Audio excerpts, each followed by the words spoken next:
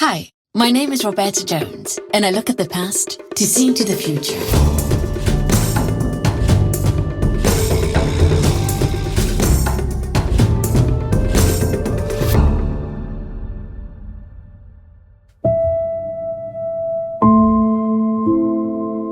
Here are a few questions for you.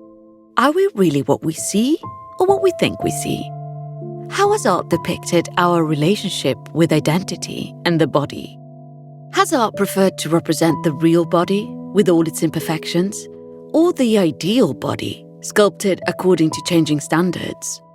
Throughout the centuries, art has staged a profound and often contradictory dialogue between who we are and who we want to be, and how others see us. And that is why, today, I am taking you to Rome to discover a sculpture that has stood the test of time, a work of art that, by recounting the past, also speaks to us about our relationship with the body and our identity.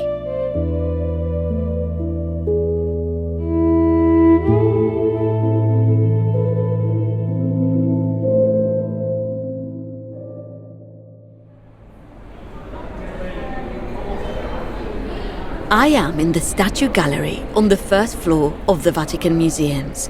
A gruesome scene is in front of me. A man is struggling, his face contorted in a grimace of pain, together with two boys, also in agony. The three are surrounded by snakes. This is a masterpiece of Hellenistic art that embodies the power of drama. The sculptural creation is attributed to three possible artists: Alexander of Rhodes, Athenodoros of Rhodes, and Polydorus of Rhodes.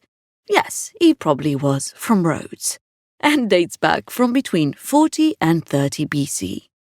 It depicts the Trojan priest Laocoön, who tries in vain to warn the Trojans about the Greeks' deception with their wooden horse. But his courage cost him dearly. Together with his sons, he was killed by giant sea serpents sent by Apollo. The scene, which captures the moment of the attack, is not only an explosion of realism, but a riot of emotions. Suffering, struggle, anguish. Every muscle tells the story of the conflict between man's desires and the will of the gods. It reveals our fragility in the face of a destiny beyond our control. The statue also tells us about the evolution of the representation of the human body throughout history. Its impact on art has been overwhelming. Found in 1506 during excavations in a garden near the Baths of Titus, artists such as Michelangelo were struck by the fierce power of the sculpture, whose realism is so intense that the bodies seem to pulsate. Quite recently, a contemporary artist chose to reproduce Laocoön for a series of sculptures, which shows how iconic the work has become. Fabio Viale was born in 1975 and is originally from Cuneo in Italy. Let's move on then to the Poggiali Gallery in Milan and have a look at Viale's Laocoön. In many ways, it is a faithful representation of the ancient statue, but has something profoundly different.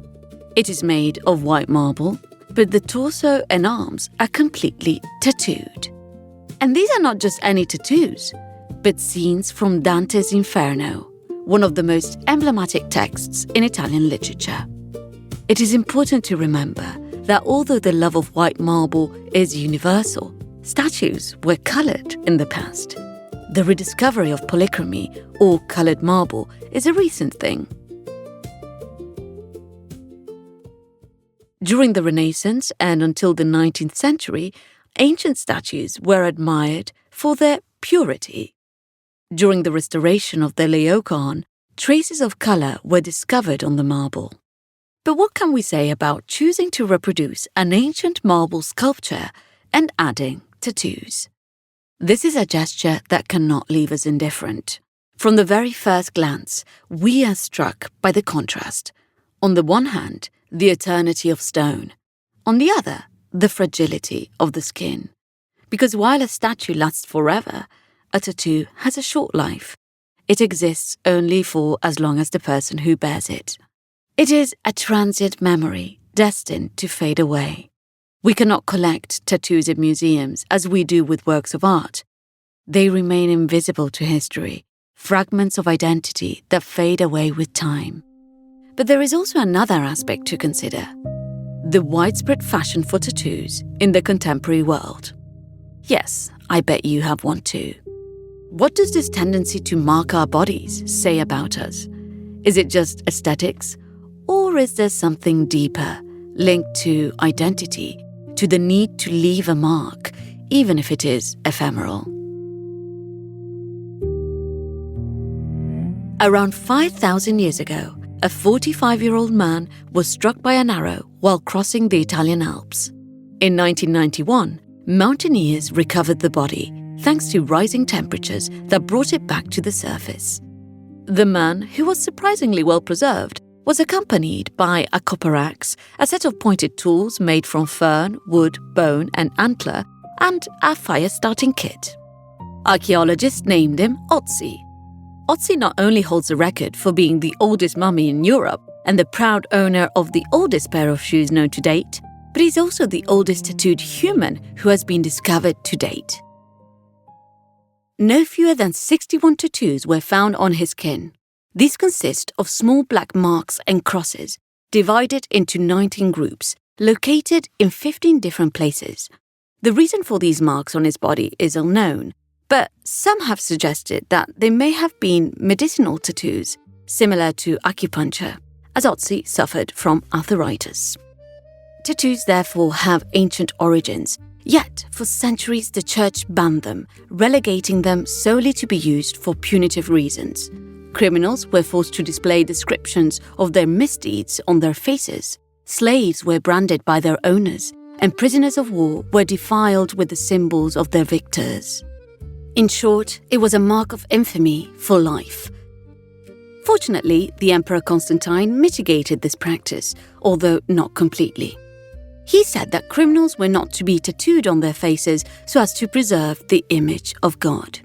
And later, in the 1500s, foundlings abandoned in hospitals in Rome, Venice and Siena were marked on one of their feet with a tattoo. Outside Europe, where for centuries tattooing was seen as a mark of infamy, this practice has instead maintained a very strong cultural vitality. In many non-European civilizations, tattooing has always been linked to symbols, rituals, traditions, and even magical powers.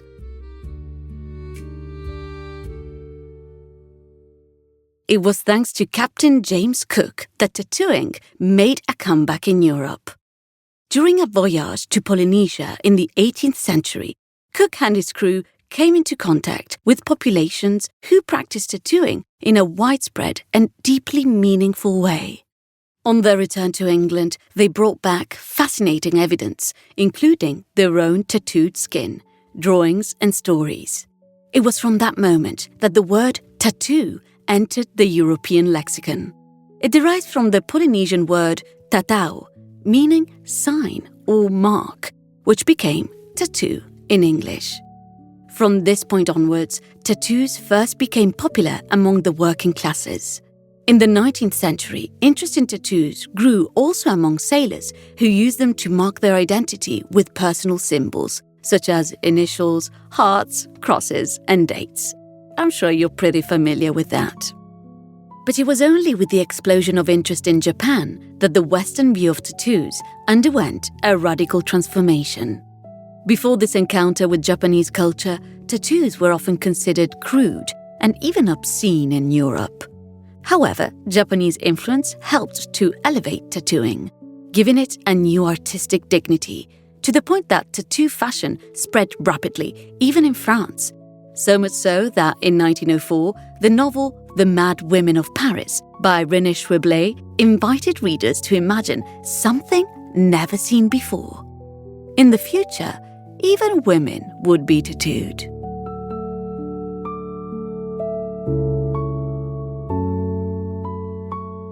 In the first decade of the 20th century, tattoos became a craze among young people, viewed by moralists as a sign of ethical decline. Yet, in 1929, tattoos invaded the catwalks of Paris, Barcelona and Seville. Elsa Schiaparelli sent models down the runway, wearing daring handmade costumes, each embroidered with dark blue tattoo designs taken from tattoo artists in Marseille and Le Havre, inspired by the muscular chest of French sailors. "How vulgar," wrote the French newspapers. In London, however, the Daily Telegraph rejoiced, and even the New York Times was enchanted by the motifs, which included mermaids, nymphs, and pierced hearts. After the Second World War, attitudes hardened once again, with tattoos becoming associated with the working class and shocking images circulating of tattoos formlessly tattooed on Auschwitz victims. In the 1960s, tattoos were banned in Europe and America following an outbreak of hepatitis. It wasn't until the 1970s that tattoos experienced a renaissance. Celebrities such as Janis Joplin proudly displayed their tattoos, and despite the ban, the American Folk Art Museum in New York staged a tattoo exhibition. But if, as Federico Vercellone writes in his book, The Philosophy of Tattoos, the idea of using one's skin not only as a part of one's body, but as an extension of it, to imprint the most diverse messages, is ancient, something has changed since the 1970s. And Viale's Laocoön also speaks to us of this shift.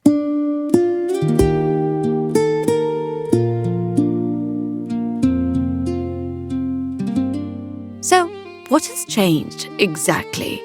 Tattoos have certainly lost their ritualistic character, at least in the Western world. They have become an individual, personal means of expression, a symbol that makes us unique in an increasingly globalized world. In this context, tattoos seem like a hidden truth, a personal anchor against the standardization of the images that define us.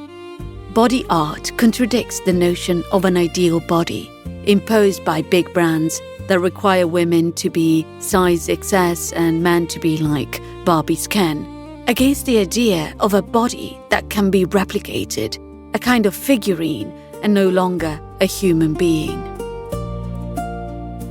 So, if Viale's reproduction of the Laocoön speaks to us about the representation of an ideal body, sculpted, tense and heroic, the tattoos on the body bring us back to the present.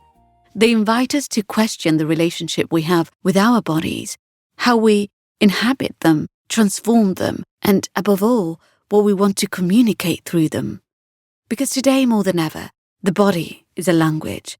It is a means through which we express who we are or who we would like to be.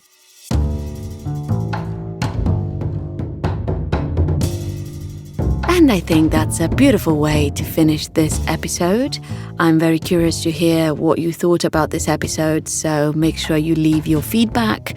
You can even follow my Instagram page, Roberta Jones History, for more interesting facts and to watch and see various images we talk about on this podcast. And thank you to my editors, Christabel Anderson and Matteo D'Alessandro. Thank you to my writer, Paulina Spiekovic. Thank you to my translator, Ruth Catherine Halstead. Thank you to a lot of people who make this podcast possible. Thank you for listening, and don't forget to spread the word. Ciao!